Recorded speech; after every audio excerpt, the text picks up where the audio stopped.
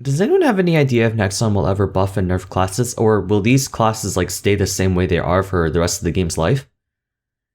Whatever, I'll still make the video. Hey guys, welcome to another MapleStory 2 video, and today it's going to be more of a, I guess you could say, ponder and discuss video, not like my other discussion videos, but more of a food for thought type video regarding the state of the game.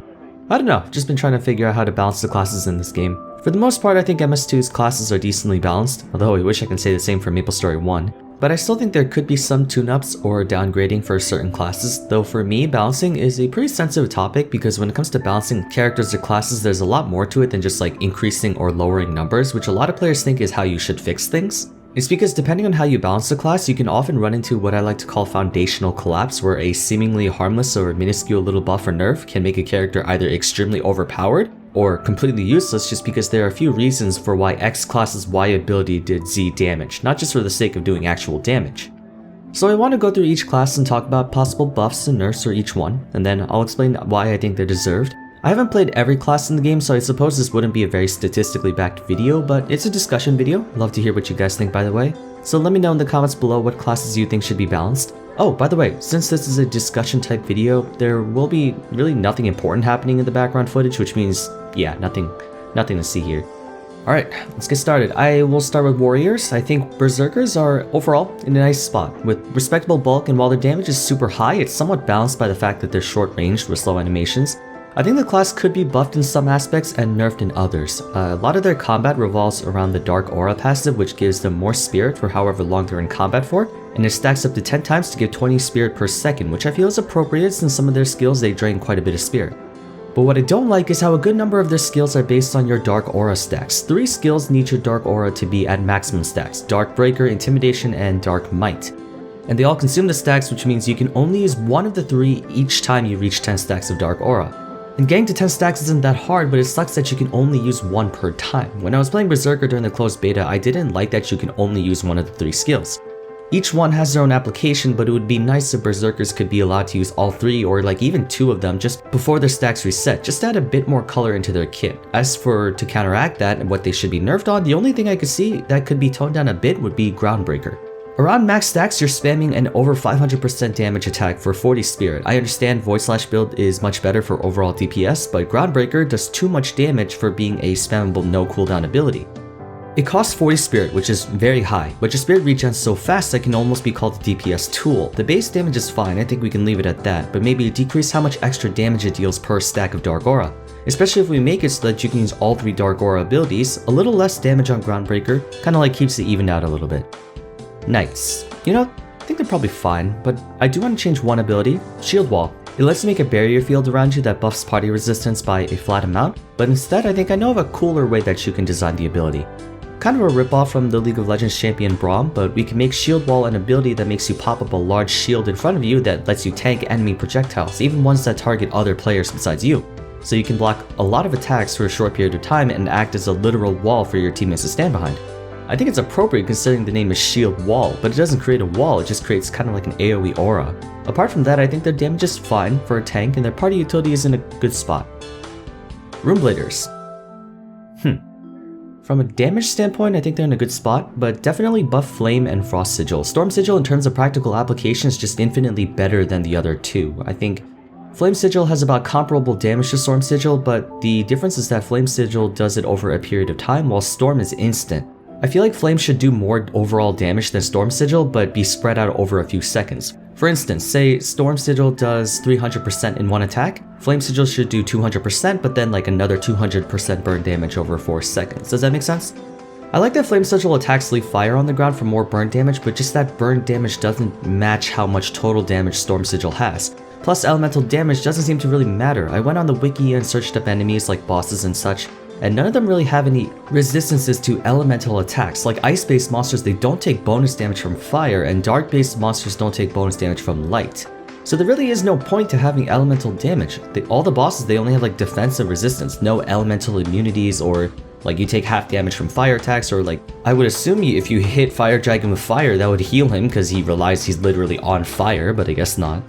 As for Frost Sigil, I like that the skill range increases for Flurry and Echoing Blades. They should keep that, and maybe decrease the total enemy's attack speed as well. Right now, they only slow enemy movement and jump height, but if we can reduce the attack speed, that can give Runebladers some actual decent party utility, especially against bosses. Apart from Knight, there really aren't any breaker type classes that reduce elemental resistance or defense or like even cripple bosses, which is an aspect of MMOs that I think are becoming more and more overlooked. Having only damage healing utility, that's fine, but if we want to add more aspects to the game, a debuffer class might help. And I think Runeblader would serve as a decent candidate for that since they're not really the fastest DPS nor the hardest hitting. So we could maybe have Flame Sigil reduce attack and magic attack, Storm Sigil can reduce physical and magic resistance, and then Frost Sigil can reduce attack speed or evasion even? Okay, that's enough for the warriors, let's go to archers. Ranger needs more than one dash instance and better area of effect damage. I think their single target DPS is fine, especially with passes that boost their damage plus critical strikes, but rangers kinda suck mobbing wise, and they shouldn't have only one dash per full stamina bar. Eagle Glide, it is the farthest distance dash in the game, but you can only use it once per 1 to 2 seconds, and some bosses they make you reposition way more than that in short time frames. If we look at Assassin's Dash, it can be used 3 times for 4.5 meter dashes each.